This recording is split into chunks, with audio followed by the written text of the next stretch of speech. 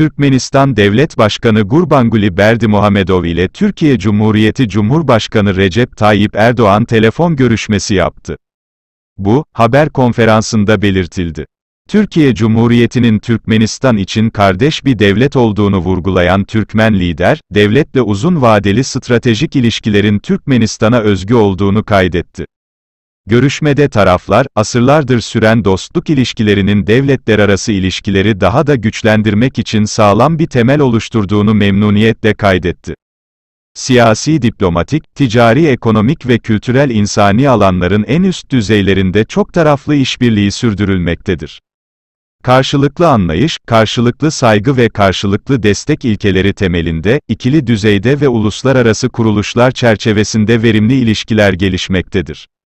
Ticari ve ekonomik ilişkilerin olumlu gelişmesine dikkat çeken muhataplar, enerji, ulaşım ve sanayi sektörlerinde işbirliğinin daha da genişletilmesinin önemini vurguladılar.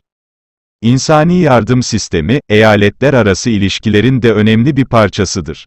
Bu, Türkmenistan ve Türkiye halklarını birleştiren tarihi, kültürel ve manevi ortaklığa bağlıdır. Bu bağlamda, tarafların bilim, eğitim, kültür ve sağlık alanlarında verimli ilişkileri daha da derinleştirmek için çabaladıkları doğrulandı. Kanalıma abone olmayı ve bildirim zilini açmayı unutmayınız.